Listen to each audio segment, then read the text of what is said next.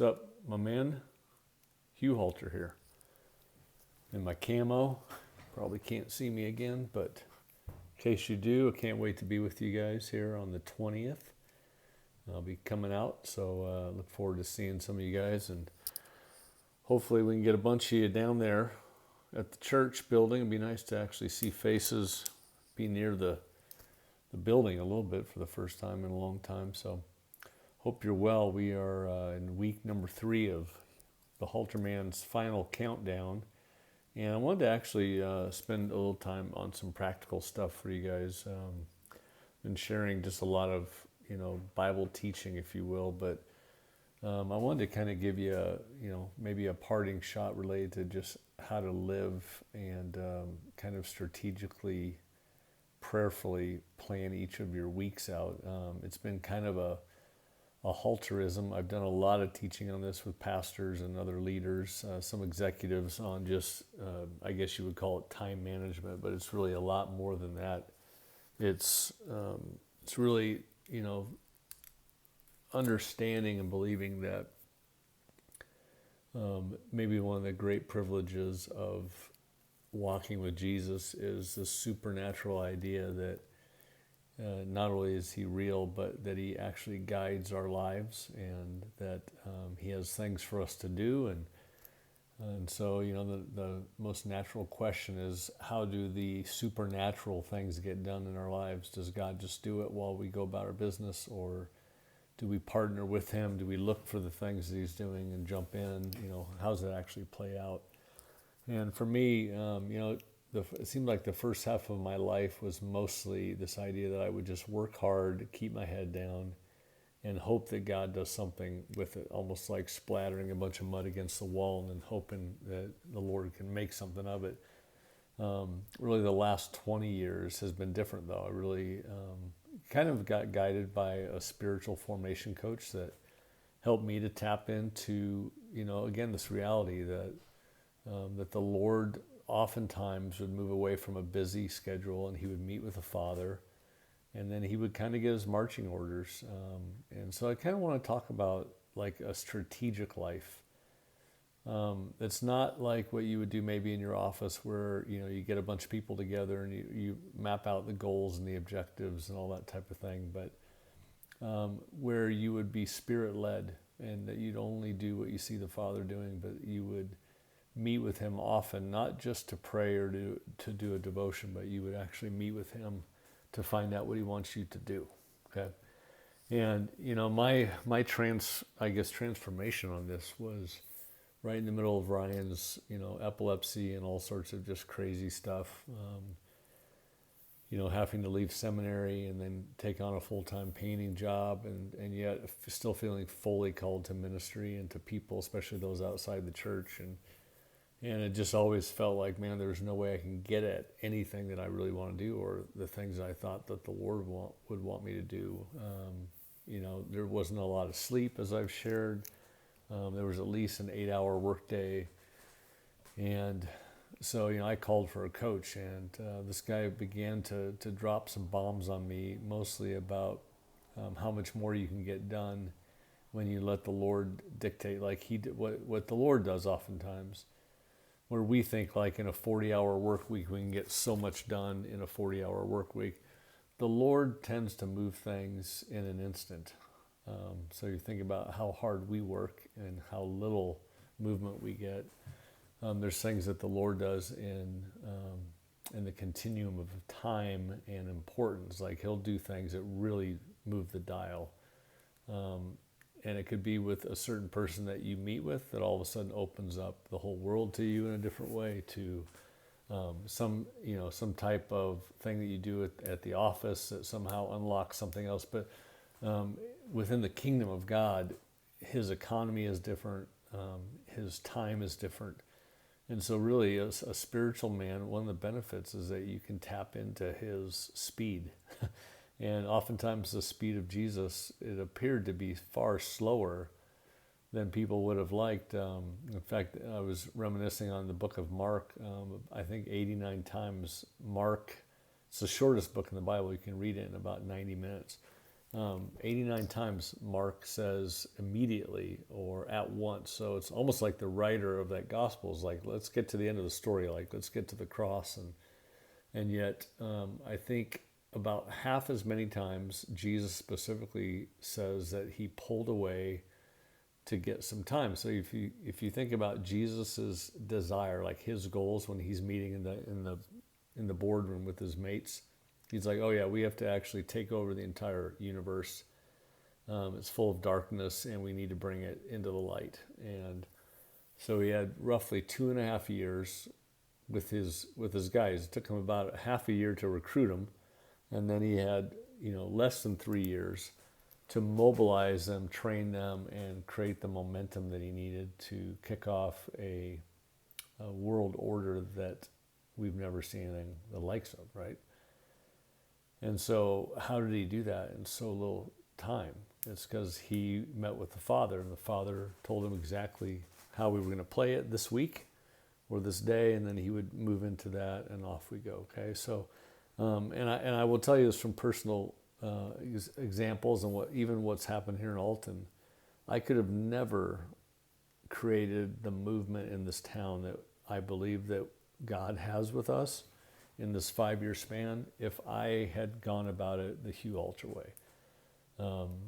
What happened is that every Sunday night, and this is kind of my rhythm, every Sunday night I sit down and I meet with the Lord. And it's not a devotional, although there are many things that are devotional about it, but it's like our time to meet and talk about the coming week. And usually it's a couple hours, sometimes it's 3, but I usually, pour myself a nice glass. Sometimes I'll light a candle because it helps me just to focus. I get out my paper day timer, not computers with little dots, but I need to be able to see everything that's happening in like a month's time. And then I literally just have some notes. I have some things that, we've got to get in, but my time is to go, Lord, what do you want this week to be? And in my life, there's been no more transformative thing that I've done, added to my life, than that Sunday night ritual of getting away. There's a scripture in Mark 1:35. It says, very early in the morning, while it was still dark, Jesus got up and left and went off to a solitary place to pray. And then right after that, it says, and Jesus, when the boys woke up, said, hey, it's time to go to another village. So sometimes when you read about Jesus breaking away, we think he was just nebulously hanging out with the Father and praying, taking a breather. It doesn't look like it. Almost every time it says that Jesus went to the other side of the lake to get away from the crowd or whatever it was, something moved the next day that was very critical to the momentum that God wanted. And so, for me, this little sort of Sunday evening ritual, if you will, is to get my marching orders. I made a determination, 20 years ago that the world's pace was not going to be my pace. I was not going to overwork. I was not, in fact, I wanted the gospel to be good news for me and my family. And it wasn't to that point. Doing the Jesus stuff was like adding extra to everything I was already doing. So it's almost like doing God stuff stressed me out. And then if Cheryl wanted me to pray, I'd be like, I'm wasted, babe. So the family, myself, everything really important got the last bit of energy. And I just started to realize that for the sake of the good news, I had nothing but bad news in my own life. And so this transformation is about the gospel, about strategically going, I'm only going to put myself in good news situations. And so here's a Hugh Halter drawing that you might want to just do. Okay, that's a jar, Hugh Halter jar.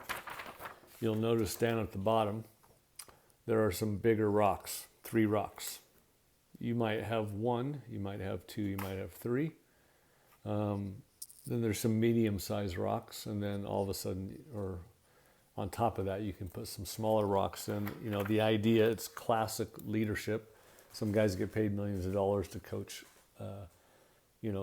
leaders in this stuff. It just means to get the most in the jar, you got to put the big rocks in first, and then the medium rocks and the smaller rocks, and then you can sprinkle in some sand. That's how you pack the most into the jar. If you don't plan your life or plan your week, the world puts the rocks in for you. It starts filling up with all sorts of just little crap. And then you can't put anything in there. And the big rocks at the bottom, if you're keeping notes, are what we would call good news for me and my family. Okay, so I want the gospel, the kingdom of God, to reign in my life. So when I meet with Jesus, it's every Sunday night is to go, okay, what would be great news for my wife and my kids and myself? Okay, I've found out that if I don't have good news in my family, it doesn't mean that I can't help other people find good news in other ways, but at the end of the day, it doesn't carry, it doesn't hold. And so when I sit down Sunday night, I first think about the biggest rocks. And it used to be when the girls were doing hockey, 30 hours a week, traveling all over the country. Cheryl would come in and we would talk through the family schedule every week together. And then I'd know which nights we could be at the rink together, which nights she needs me to get on the plane and go to Detroit, when she's going to take the trip to Boston with the girls. Things that we were going to do with Ryan to try to, give him a date, if you will. And then we would talk about ourselves like, what are we going to do? When can we be together just as a married couple? And that was the very first thing that we would do. And she didn't like to hang out the rest of the time, but she just learned that, I was going to call her in. And usually we talk for 30, 40 minutes. And a lot of times we would just pray about the week. I would also, ask her about some of those other rocks I was going to get to later, like the people that we cared for, that we were, even some couples that didn't know or have faith in Jesus that we were kind of wooing into the kingdom. And so we would talk about, whether or not we would have energy maybe to invite them and a few other couples over for Thursday night or something like that. So that's where we'd start. Good news for me and my family. I also, one of those big rocks was just flat out me. And I learned for myself that when I'm painting full time and I'm not getting a lot of sleep, I just didn't take care of myself. And so, I was coached that my body is my job, especially for a man, that when I get out of shape, overweight, I start to feel worse. I sleep worse. I work worse. Everything's bad, and I get cranky. I've told you guys that some of you guys wake up happy.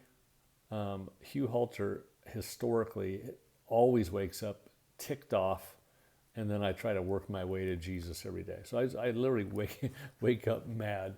That's just my natural disposition. I'm looking for a bar fight every morning, and then by about 9 a.m. I'm starting to love Jesus and people again. So you got to take care of you. Maybe my parting shot for you is don't delay it anymore. It doesn't matter how old you are.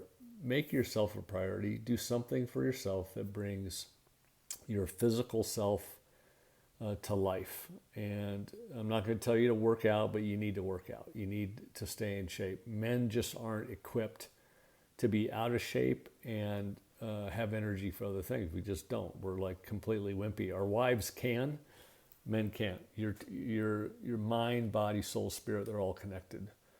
So if you get sick a lot, start working out. You'll get sick less and you'll get cranky less, and it'll just affect everything. So for me, Sunday night, I would think first through Cheryl and the kids, and then our time, and then I would go to me. I'd go, okay, and I would write in, just like I would a normal appointment, I would go, when does Hugh Halter work out?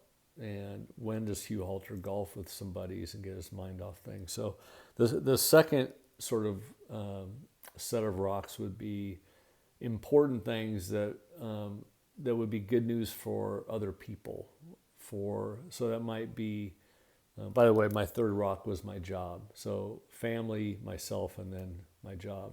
Because if I don't have a job, it's bad news, right? So I'd put that as a big rock. So I would go and schedule in when I'm going to be painting, when I'm going to be done, that type of thing. So that's that lower level. The middle level of rocks are things that would be good news for other people or for projects that I'm working on. So for me right now, middle rocks are still very important. They're just not as important as my family would be the team down at Post Commons, because they run everything. So I want to give them, after those 3 big rocks, I want to give them my best time. Whenever you give your leaders, the ones that carry responsibility for business stuff that you do, that's maybe the best use of your time, because they carry a lot for you, right? So if they start to get unhappy or you're not connected well, then you got to come back and start doing a lot of work that they normally would do for you. So I prioritize my leaders, and then I would prioritize the building. So I'm kind of over the entire building structure. We have 3, 1 commercial space, 2 residential, recovery house, stuff like that. And so I take care of anything that's broken. So I'll find out that week, what needs to get fixed this week. Some lights went out in our lobby, so I'll actually put that down, because if I don't, the team keeps calling me, and they can't operate. So I do that. I also put down one of those rocks. I just put $, because I do a lot of fundraising for what we do here, and so nobody else in our team can do that. So if I don't plan it, it doesn't happen. When I plan it, then things begin to happen. Okay, and so that might just be an idea. I just wanted to give you a real quick overview of how I kind of prayer and plan that. And then that last kind of the 4th rock, just because it's what I just love it. I love hanging out with guys that don't know Jesus. So, and I've had a lot of my friends come to faith, and almost all of it's because I planned to hang out with them. And so even Sunday nights, I'll usually just sit there and go, okay, who would I love to give some time to, even a half day golfing or fishing or buying them lunch. And I'll email them usually Sunday night. So I set the appointment. So all of these 7, 8 rocks that are really about the good news and the kingdom, I'm listening to the Lord. I sit there, and I actually prayerfully go, God, who are some people on the team that need some time? And it's always different. And sometimes I just sit for a half hour and I go, Lord, are there any things that would be really strategic to help kind of move something forward? And it's, I don't know, it's like a weird download. If I don't take that time, I don't get that. And so then I just go work and nothing moves. When I hear from the Lord and he says, yeah, call Casey and invite her over and talk about the small business revolution going on in Alton, and see if you can host a kind of a encouragement luncheon for all the business people. When I get that weird idea while I'm sitting there, and then I send an email to Casey, all of a sudden something begins to move that ends up being a really big deal. So, and I will tell you this, almost every like creative, weird, supernatural idea I've gotten has generally come on Sunday nights. Okay, and those are the things that have moved the dial for us. Okay, so after that, then what's sprinkled in the jar is whatever comes up. But for Cheryl and I, what we usually are planning or kind of hoping that God adds are some unique dinners with people, maybe some extra fun stuff, whatever it might be. But hopefully that helps a little bit. I just want you guys to think strategically. However many years we have, scriptures say to make the most of every opportunity, for the days are evil. So the days being the days of the world, that the way that the world runs, it goes too fast, it goes the wrong direction. And so when we live in the kingdom, we're counterculture. So the globe's spinning this way. No, God's people go the other direction. And the globe's spinning so fast it can't think straight. God's people slow down. Just remember this, slower in the kingdom is actually faster. If it's prayerful and if you're asking the Father to show you what to do, slower is faster. Doing small, right things are generally better than doing unstrategic big things. So small and slow, and you'll get there faster and you'll make a bigger impact. So hopefully that helps, guys. Doesn't have to be Sunday night, whatever is kind of a weekly. I think you should consider a weekly rhythm where you're planning out a week at a time, but maybe you're on Monday morning early or whatever. But for me, Sunday night seems to do it. It's usually right after I've been doing these videos. I just take some time. So be praying for you that God will awaken your spirit to the supernatural way that he can guide you. And I hope that you will find that when you take the time to spend with him, you just get a lot more in the jar. So, blessings.